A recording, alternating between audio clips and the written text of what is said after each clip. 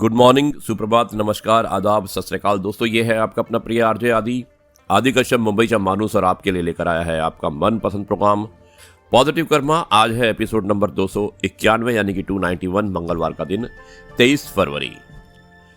कुएं में उतरने के बाद बाल्टी झुकती है, लेकिन झुकने के बाद अब भर कर ही बाहर निकलती है। यही जिंदगी जीने का सार है दोस्तों।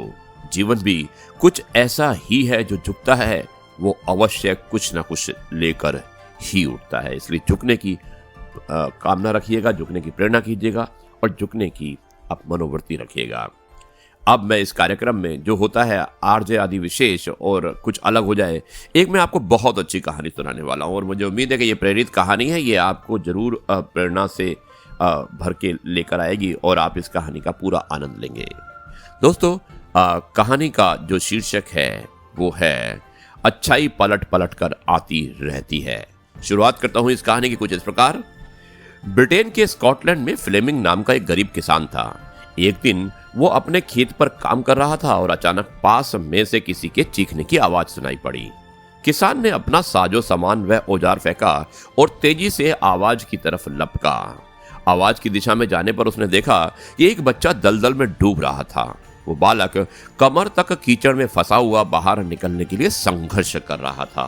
वो डर के मारे बुरी तरह कांप रहा था और चिल्ला रहा था। किसान ने आनन फानन में एक लंबी टहनी ढूंढी। अपनी जान पर खेलकर उस टहनी के सहारे बच्चे को बाहर निकाल दिया। अगले दिन उस किसान की छोटी सी झोपड़ी के सामने एक शानदार गाड़ी आकर खड़ी हुई। उसमें से कीमती वस्त्र पहने हुए एक सज्जन उतरे। उन्होंने किसान को अपना परिचय देते हुए कहा, मैं उस बालक का पिता हूं और मेरा नाम रोडोल्फ चर्चिल है। फिर उस अमीर रोडोल्फ चर्चिल ने कहा कि वह इस एहसान का बदला चुकाने आए हैं। फ्लेमिंग नाम उस किसान ने उन सज्जन के ऑफर को ठुकरा दिया। उसने कहा, मैंने जो कुछ किया उसके बदले में कोई पैसा नहीं लूंगा। किसी को बचाना मेरा कर्तव्य है। मानवता है, इंसानियत है और उस मानवता इंसानियत का कोई मोल नहीं होता। इसी बीच फ्लेमिंग का बेटा झोंपड़ी के दरवाजे पर आया। उस अमीर सज्जन की नजर अचानक उस पर गई तो उसे एक विचार सूझा। उसने पूछा, क्या यह आपका बेटा है? किसान ने गर्व से कहा, हाँ, ये मेरा बेटा है। उस व्यक्ति ने अब नए सिरे से इस बात शुरू करते हुए उसने किसान से कहा कि ठीक है, अगर आपको मेरी कीमत मंजूर नहीं है तो ऐसा करते हैं कि आपके बेटे की शिक्षा का भार मैं अपने ऊपर लेता हूं। मैं उसी स्तर की शिक्षा दिलवाने की व्यवस्था करूंगा जो अपने बेटे को दिलवा रहा हूं।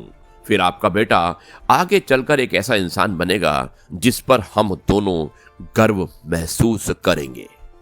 किसान ने सोचा, मैं तो अपने पुत्र को उच्च शिक्षा दिला नहीं पाऊंगा और ना ही सारी सुविधाएं जुटा पाऊंगा जिससे कि यह एक बड़ा आदमी बन सके। अतः उसने इस प्रस्ताव को स्वीकार कर लिया। बच्चे के भविष्य की खातिर फ्लेमिंग तैयार हो गया। अब फ्लेमिंग के बेटे को सर्वश्रेष्ठ स्कूल में पढ़ने का मौका मिला।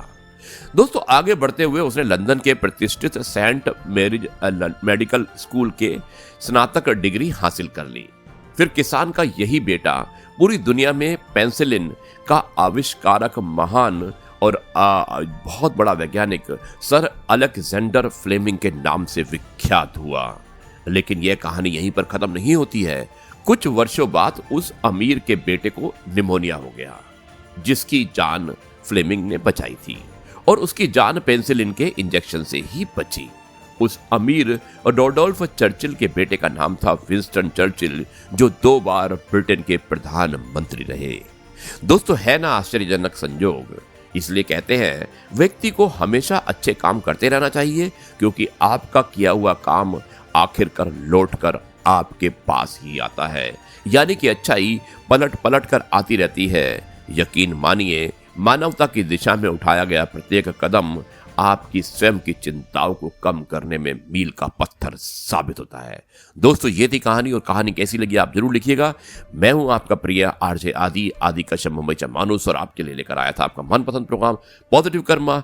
अब मैं इस कार्यक्रम को यहीं पर समाप्त करता हूं और कल मुलाकात करूंगा एक नई कहानी, नए किस्से और नई बातों के साथ। तब तक के लिए आपसे कहता हूं नमस्कार, जय हिंद, वंदे मातरम, भारत माता की जय और जय जवान जय किसान।